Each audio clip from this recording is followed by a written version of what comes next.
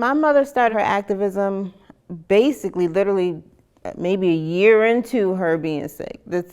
After she told me her diagnosis, it's like it was a rocket and just took off. And she stayed high with it, so that was her life. Our family in general, like activism, we kind of grew up in that. Yeah. So like my grandfather owned like the only black record store in the city that we grew up in. My grandmother's restaurant was like a political hub for everyone. So there was no way I wasn't gonna grow up to be a little feminist. And then, you know, with my Aunt Nita, her activism with AIDS, HIV and AIDS, didn't just stop with HIV and AIDS. It also went to like women's reproductive health, women's health in general, specifically Black women, because we are just disproportionately not taken care of the way that we should be. She's told us the story of getting that diagnosis and how the doctor was like, you gotta go out the back door. And so she was literally at the depths of it, so she saw it and she was like, you know, I've experienced the worst of the worst. I don't want other people to have to go through that. And so that really, really, really sticks with me. Juanita L. Williams, my mom, she was a very interesting person. The travel, the arts and craft, the imagination she has a huge imagination. I literally make something out of nothing. Just loving, giving, caring, and a listener and teacher. That's who my mother was. We did one panel, me and my grandchildren did one panel, and my children, the handprints, the rainbow handprints, with the best picture on the entire block to me. And I love that picture. It was what should I say, a good family affair for me and the kids and the grandkids. They think they're doing something. It's their grandma Gigi, so they're giving their love to her as well. Yeah, and that was definitely in the spirit of Anita too. Yes, because none of us did crafting. And she would always get the kids together and be like, okay, we're sitting down, we're doing something together. Right. So it's like you took up that baton and telling them to do that. Right, everyone could put a handprint. We had fun. It made it colorful. My mother was a colorful person, inside and out.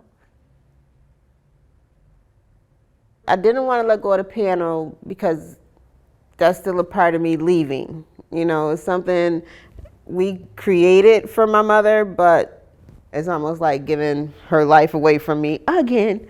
You know, like nothing can be but just mine. You know, but I know it was an honor. It's an honor and a privilege to really be a part of the quilt. I had to trust and believe it was in good hands. And it truly was in good hands because it looks great. Looks great. 1989, she was diagnosed. I was 19 when my mom first told me. At that time, not knowing too much about it, didn't really understand it till, I guess, months, weeks went by, and to see the difference, how family members, you know, friends would treat my mother because of it. It was hard. The first few years was very hard, very hard. One, she was by herself. She was in the South and we were all up north. So that was hard to know that she had to go through that. Again, my mother shielded me from that until I was maybe in my mid-20s, until she really told us the whole story.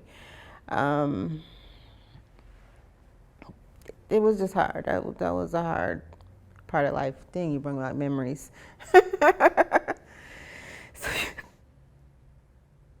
It's hard.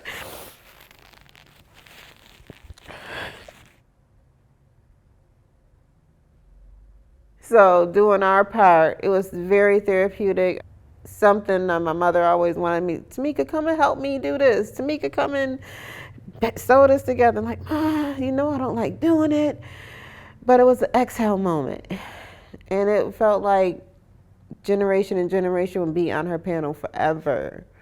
And all of us was a part of it. My kids, my grandkids. So it's something I can always go back to and seeing them all together. Whoa, how much love does Juanita Williams have from so many people? That's a true once in a lifetime. So as soon as I opened it and seen her, I'm like, like a big 6-year-old kid. But I still had to keep it together and keep moving. But my mom on 8 panels is amazing. My mother was loved big time. So yeah. The panel really tells a story. That's her footprint in life, her footprint on the world. It's telling the story of her life.